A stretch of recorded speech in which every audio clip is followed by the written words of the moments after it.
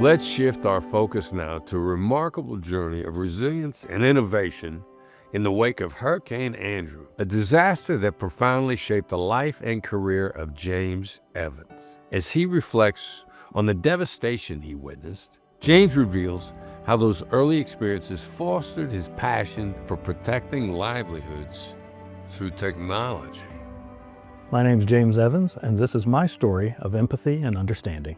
I am a cybersecurity and IT company CEO. We provide protection to the businesses that build America. That is architecture, construction, engineering, manufacturing. Of course, we help other companies and other industries as well. But my big thing is just trying to protect these folks from cyber attacks. Cyber attacks are a huge problem these days, and the attackers, those bad guys that are out there, they just, frankly, they just piss me off. So having empathy in business, it really helps me connect with the client. I cannot do my job and be the protector of livelihoods for these industries if I can't connect with them and make that sale inevitably. When I was it was just before my 16th birthday. We lived in Miami, Florida, and Hurricane Andrew hit. Now, we weren't there when the hurricane actually arrived. We had left on vacation and were visiting family up in Virginia. And suddenly we turned on TV in the hotel room and there's this massive storm heading for South Florida. We rushed back home and found a disaster area. It was a pretty big turning point in my life, to put it simply. Overnight, I went from teenager, high school student to I had to grow up real fast.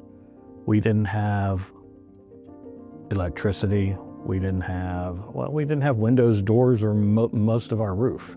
We did still have some walls standing.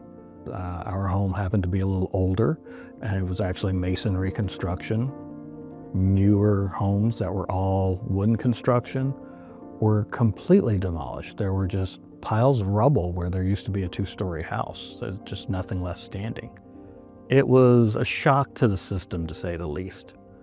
But after going through that, I learned quite a bit about my own ability, my family's ability to have such a disaster hit and how to recover, how to actually not panic, stay calm, and do what you have to do to get through. It's very important that I don't overload business executives and business leaders with a bunch of technical jargon that's going to quickly leave them bored. So what I tend to do is I tell stories. Stories are very relatable. Those stories really help them connect because we're talking about business risk, the impact to the business, the impact to employees, the impact to clients. We're not talking about technical mumbo jumbo and three-letter acronyms and terms that are just going to make people tune out. Cybersecurity is an arms race between our clients and the bad guys. And the bad guys are always evolving their techniques, their tactics, their practices, and so are we. We're always evolving the way we protect. We're constantly keeping on the cutting edge and making sure we have three core areas of protection. The prevention tools, like your firewalls, your antivirus, but detection tools, because things still get by. At the end of the day, there are human beings that are making decisions and taking actions on behalf of the company, and sometimes people make mistakes. And finally, once we detect something, we need to be able to respond to it quickly. Because if you detect something that goes wrong and no one does anything about it, then the hackers win. What we do to keep the client educated is keep it focused on risk and just constantly try to evolve the practice so that what we're doing a year ago, it's not what we're doing today, it's not what we're going to do tomorrow. But without having the client involved, you don't get that buy-in. Security has to be a top-down culture within a company. And so as long as we're having those meetings with the right people, they can instill that culture in their organization. We were contacted in the middle of tax season by a CPA firm. And if you've ever worked with a CPA firm, you know in the middle of tax season, they don't do anything but taxes. That's That's their job. You don't mess with tax season. So we knew something was up. The CPA firm had received a word from the IRS that their ability to e-file had been terminated. The reason for that was excessive fraud. And what had happened was one of the principals had their email account hacked into. Now, the hackers didn't go in there and send a million emails or spam mails. They didn't do anything that would even tip this person off that there was anything wrong with their email. All the principal of the CPA firm knew is when he tried to log into the e-file system one morning, it said his password was invalid. So he reset his password and went about his day. The next day he came back in, said his password was invalid. Reset password. And this time he wrote it down. Made sure that he typed it right, didn't make any typos, wrote it down. Third day, came in, password invalid. What is wrong with this thing? Well, every night, the hacker was logging into his email account and doing the exact same thing. Reset password, log into the e-filing system, and file fraudulent tax returns. In a week's time, they had filed 140 fraudulent tax returns, all of which were redirecting tax refunds into the attacker's offshore account. The IRS caught it and shut him down.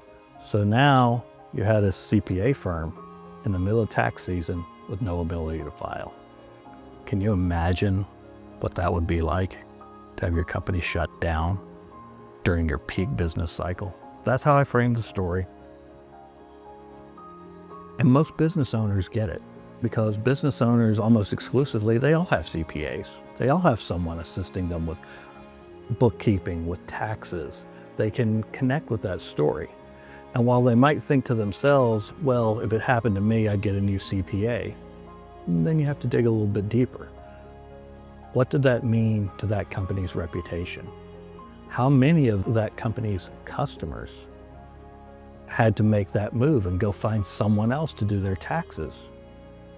What happened long-term to that company and its sales and its prospects? What did the company's competitors do? They had a field day.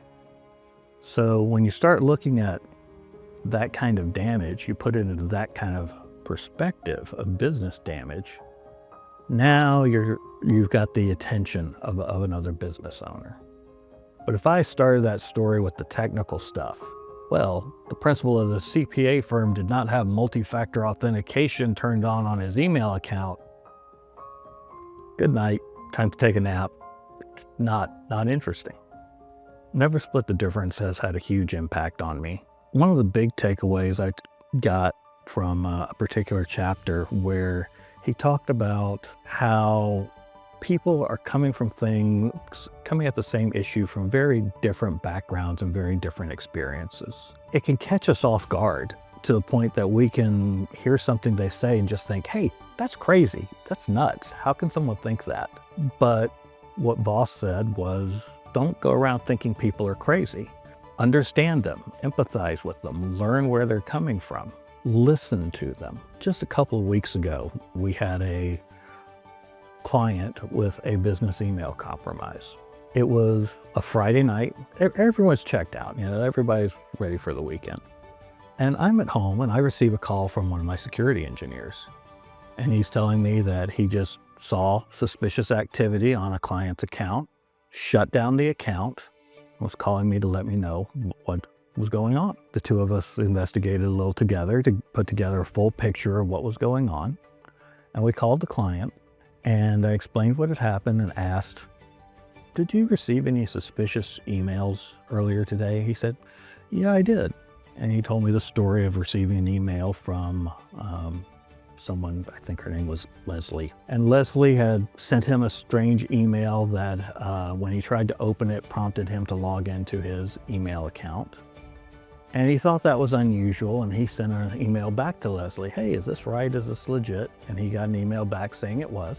So he logged in, and things still didn't open correctly, and he didn't think much of it, some kind of error. It was Friday, he'd worry about it later. But what had happened was it had taken him to a fake login page, and he had given his username and password and credentials to the hacker. The attacker attempted to log into his account at 7:02 p.m. At 7:06 p.m., I was on the phone with my security engineer. In that 4-minute window, we had already shut down the account, changed the passwords, and locked the hackers back out. That's the detection.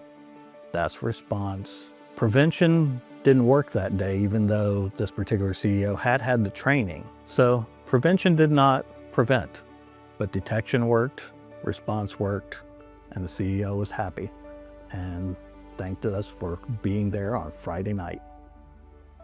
James reminds us that understanding the needs of others not only strengthens our connections, but also empowers us to make meaningful contributions to our communities. As we move forward, let's carry these lessons with us, seeking to protect and uplift one another in every challenge we face.